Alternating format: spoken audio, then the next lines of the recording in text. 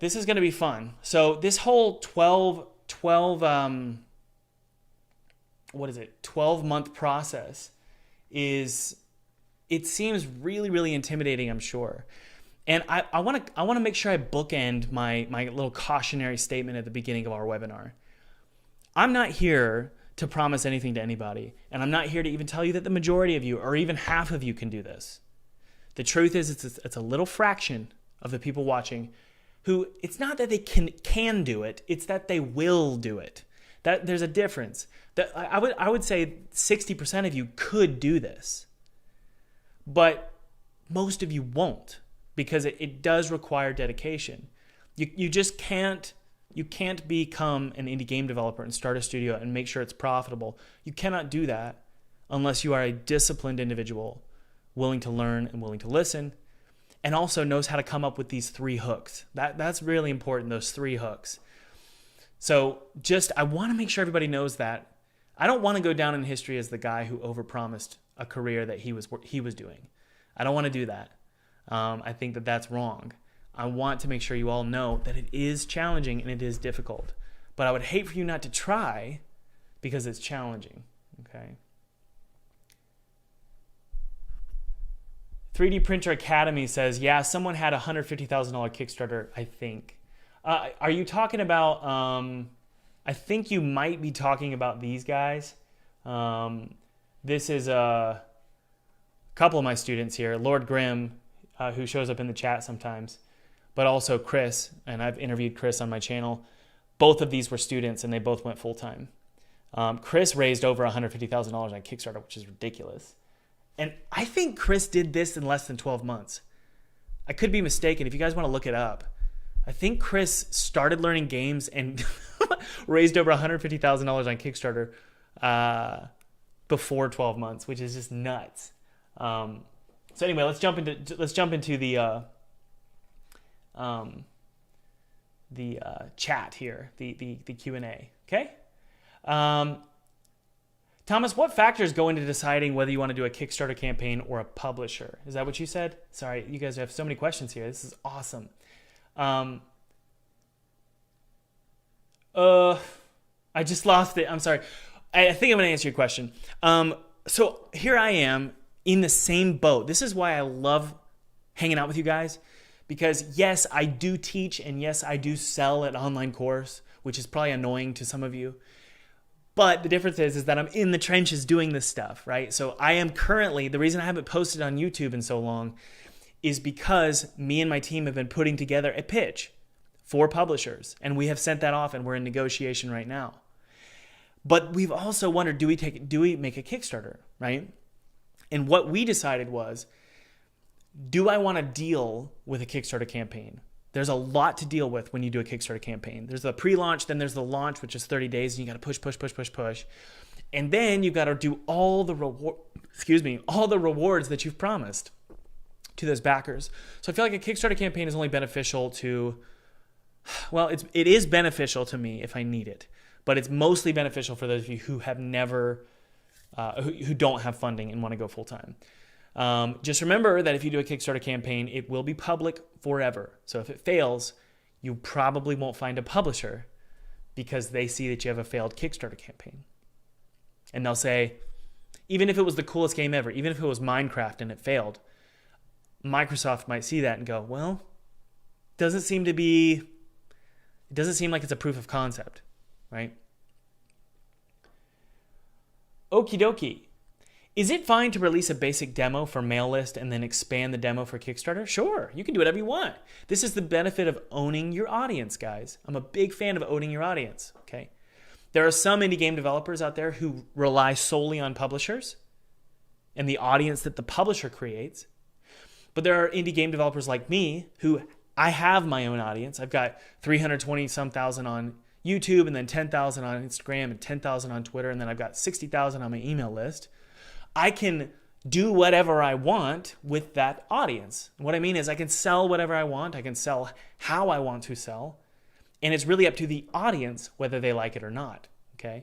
It's not up to some rule, right? It's up to the audience. And so far my audience doesn't seem to mind when I do have something to sell or when I do have a free something to sell, or a free something to give, or maybe a video or something like that. So you can craft your product and the marketing strategy behind it around your own audience. That's why I recommend building your audience before you start building your game. Should I put my crappy game on Steam? No, there's no reason to do that. Steam is a place where it's very profitable. It is so profitably on Steam. Steam is going to be your most profitable platform, most likely. And you don't want Valve to see you releasing crappy games. Okay, you don't want to. I don't even know if this is true, but I just don't want to mess with Valve's algorithm like that. I just want to only release good games on Steam. itch.io, who cares? Put your crap on itch.io. That's the dumping ground for games. How do I feel about Unreal Engine 5? I think Unreal Engine is better than Unity, but I'm not going to switch because I already know Unity. Can you give an example or two of a story hook? I think I have a good idea for a game, but would not want to reveal the major twists in the demo. Sure. A story hook is 1920. I'll give you mine. 1920s game show. 1920s violent game show filmed in front of millions of viewers. So it's got like a Squid Game feel, but in the 1920s. Another great story hook. Let's see here. I'm trying to think if I can come up with one. It's the apocalypse, but instead of the dead rising from the dead, the dead raising from the dead, you do a twist. You say it's instead of human zombies, it's for some reason all of the spiders have come back to life. So there's like a story hook. It's like zombies but spiders. Do you see what I'm doing here? Take a trope, twist. Take a trope, twist. It's like the perfect formula. What's another one you could do? You could do Civil War but with tanks. You know, just take a popular idea, twist it. Okay? Does that make sense? Penguin zombies, that's another one. Get Indie Gaming is backing us with the chat. Congratulations to Get Indie Gaming for pursuing your dreams. And also, it's a great channel. So if you guys haven't followed Get Indie Gaming, be sure to head on over and follow Get Indie Gaming. Lurking away here in the background, Fab Workshop. Many thanks for the insight. You bet. I hope I'm being helpful, guys. Sometimes I feel like I'll just be honest. Sometimes I feel like I'm leading you guys into the wrong direction. And that's why I like to do those cautionary statements like, this isn't a promise. You know, this is not a promise. There's a lot of cool stuff, a lot of cool ideas in here. So hopefully you guys can understand taking something and twisting it. Metroidvania, but with bugs. Do you see? That's Hollow Knight. Metroidvania, but with bugs. Other story. Let's keep coming up with some. I think this is an interesting exercise. It's good for me. One of my story hooks is a minister who goes to hell. So it's really that's another way to do a story hook is to add contrast. Okay, what's the difference between this hook, which is a minister goes to hell, versus a man goes to hell? Do you guys see the major difference between both story hooks? The first one has contrast. Okay. I'm trying to think of any other story hooks we could come up with. A Boy in a Coma. That's the other one that I did. That's kind of interesting. It's like a coma world. It's not the best hook. It's fine, but it's decent.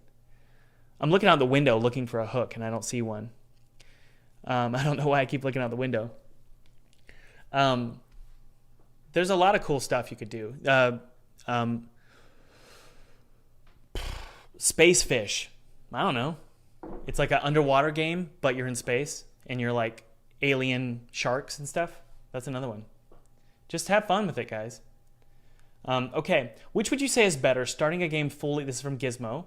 Starting a game fully with an original idea. Starting a game with a direct rip of another game and transforming it over time. I mean, that's kind of that's not a fair question, because the first, and I appreciate it though, A is saying you have an original idea. I would say go with the original idea. Most of us don't have an original idea. Most of you in the chat think you have an original idea, but it's not. And that's coming from somebody who, I'm not even working with something that's super original. I'm doing B, which is taking something popular and flipping it. So I would just say, if you don't have an original idea, then B is totally fine. You start with a direct rip-off of a game, but then you change it over time. So this is what a lot of you do, and I think this is smart. You say, I really love Metroidvanias. That is my favorite genre. So I'm going to make a Metroidvania, and I'm going to do everything that Metroid did to a T. And so basically you just do a cover of Metroid, and then you start swapping the sprites. You start swapping the music. You start swapping the story. You start making the hook a little bit more interesting. So instead of Samus, is it Samus? I've been saying that my whole life. Instead of Samus spinning into a ball and dropping bombs, Samus turns into a turd, right? There's just so many different ways that you can add a flip to a mechanic, and it immediately catches people's attention. Imagine if in the trailer you're a plumber and you're like, oh, it's kind of like Mario, but then it's like a Metroidvania, and then he spins and he turns into a turd, and then the turd explodes, right? There's a lot of different things you can do by flipping what people's preconceived notions are. A twist is such a valuable asset, not only in storytelling, but in your hook in general. Seamus.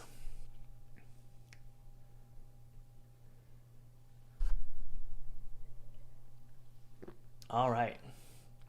James Henderson, I'm having a hard time deciding which game I want to make for my first crappy game. I have ideas for games I want to be successful, but I'm not ready to make it yet. Well, that's the whole point of a crappy game. Don't use your good ideas on a crappy game. Don't do that. Use your bad ones. Try and make Tony Hawk Pro Skater but 2D, and it'll probably be terrible because it's your first game and physics are really hard. Do something like that. Just take a game that you love and then make it 2D and then release it and be done. Just be done with it.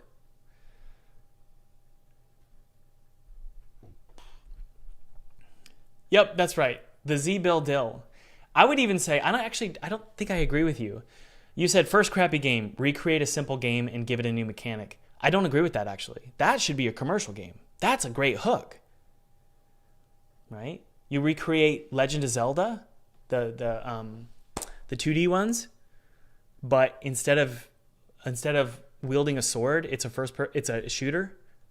Imagine it looks just like Zelda. It's got that same feeling and charm, but it's a hyper-violent shooter in the Middle Ages. That's what you just said, and I would say that is what your commercial game should be. Your first crappy game should be recreate a simple game. I think that should be your crappy game. I'm worried that if I'm worried what? I feel that there's some danger in game development when overanalyzing how to tackle problems and not being decisive on the way you should go into development. I'm worried it can cause mistakes in the beginning of development and have to backtrack because I found a more efficient way to do something. Sean, that is everything I've been saying, okay? And I would say the majority of you in the chat who are working on a game right now, you're in that hell loop. And the reason you're in that hell loop is because you haven't yet released something. You haven't said, I'm done with this game and I'm going to release it in its entirety. You haven't said that yet. And so you're constantly tweaking.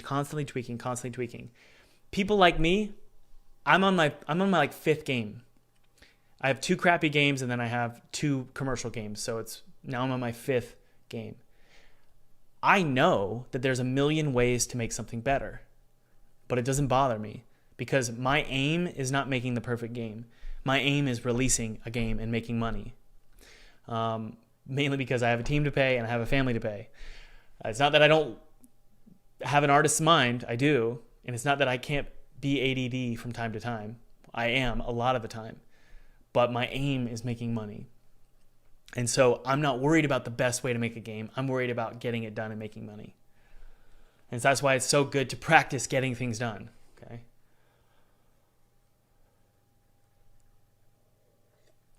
"3D Printer Academy says, execution in marketing is probably more important than the idea. This is true, and I totally agree with this. However, it's really, really hard to market a bad idea. And I'm sure you know this, 3D Printer Academy. That's why the idea is actually paramount. Because if you have a great idea, marketing it is so much easier, okay? Here's an example. A man goes to hell. Let's make really cool graphics. Let's create a really cool trailer. Let's create some really cool copy about what this game is. Or I can have a really great idea, which is a minister goes to hell. And that tagline alone is much more effective than all of the trailers I made. That's my theory. Is focus on that idea, especially that 3-tiered hook, that Trinity hook. And it's going to save you a lot of time in the marketing realm. The idea is the marketing. I would say that it's not, I think that is a clever statement, but I don't think it's 100%. So I'm going to disagree with Funky Sloth as well. The idea is not only the marketing, okay? Because you can have a great idea, but because you didn't market it, it sank to the bottom of the Steam ocean. So it's really both. Marketing is an idea, but it's also the efforts that you put into the marketing, the trailer, the graphics, the screenshots, the story. What are the 2 crappy games you released, Thomas? They're all in Newgrounds. So Newgrounds is old school HIO. It's Flash games. I think it's called Pan's Apples, Flash Geometry Wars, Coma, Skinny. So those are 4 crappy games. And then I've also got some crappy games on HIO as well. 400 peeps here, only 165 likes. Oh no. It makes me sad. Be sure to leave a like, guys, so that I can feel better about myself. Shall the crappy game be made with another studio name so there's no connection to a better future game? Of course not. Why would we do that? Any game developer who is successful, you can look back on their old games and see crappy games. Who cares? You know, I would just say don't soil your reputation on Steam, on the commercial platforms. So don't soil your reputation on Steam, Switch, Xbox, and PlayStation with crappy games. Don't do that. Soil your reputation on HIO. It's a great practice. It's like art school. That's what HIO is. I know you can sell your game on HIO, but you don't make that much money. Okie dokie. Can you have success with self-publishing and little to zero money, but the game is really good? Well, Z-like Do Killer. Of course. There's so many game developers out there who have done it. Just say that it's a gamble. It's a gamble. So you can make a great game, but if you don't have the right launch window, you don't know what you're doing with the marketing, especially if it's a good idea, but it's not the best game. If it's a good game, but not the best game, and then you try and market it yourself, you might make 10 grand, which I know a lot of you would dream of making 10 grand, but that's not a lot of money. A publisher that's the key word, they should market your game for you. And they should bring in more money than you could have, that you wouldn't have made had you self-published. Okay? So, and that's the thing, is a lot of people always bring up the fringe cases. They're like, but what about Flappy Bird? What about Minecraft? What about Braid? What about Hollow Knight? And I'm like, so what? You know, there's 95% of us aren't making games that are that unique and that hit the zeitgeist at just the right time, right? If that's not you and you don't think that's you, then finding a publisher to help you publish your game and fund it is the better alternative. And that's how I am. I'm a risk-averse person. I've always been a risk-averse person. It doesn't seem like it, but I am a very risk-averse person. Okay? So that's why I tend to work with publishers, because they partner with me, and that double effort ensures that the game is successful. Okay? If my first crappy game is good enough, is it worth trying to make it my first profitable game? Absolutely. Okay? That's the mistake that people are making.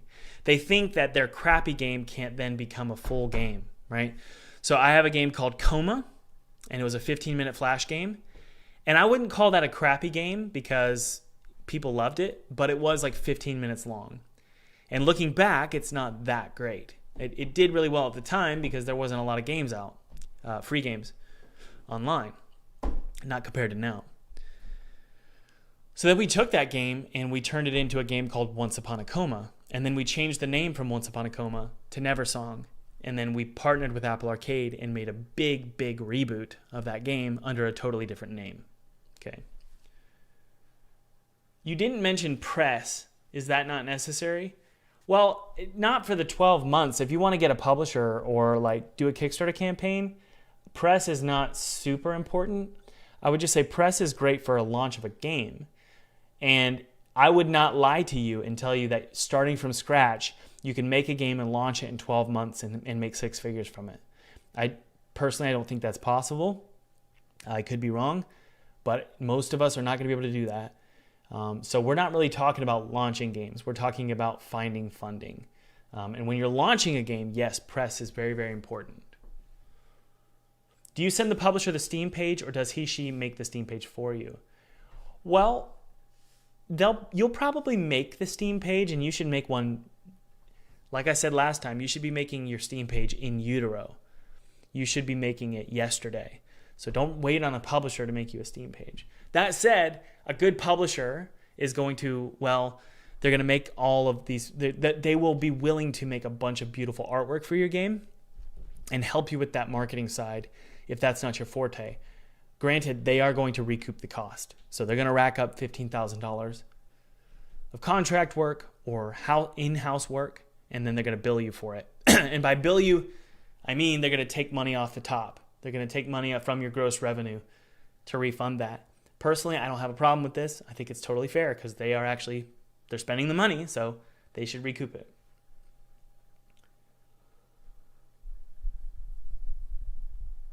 All right. What's the minimum playtime for a commercial game? I try not to worry about playtime, but sometimes I do, I'll be honest with you guys. I would say 2 hours minimum, I think. You should probably go shoot for 2 hours. I think that you can beat Choo Choo Charles in 2.5 hours, and that game is killing it. So just keep that in mind.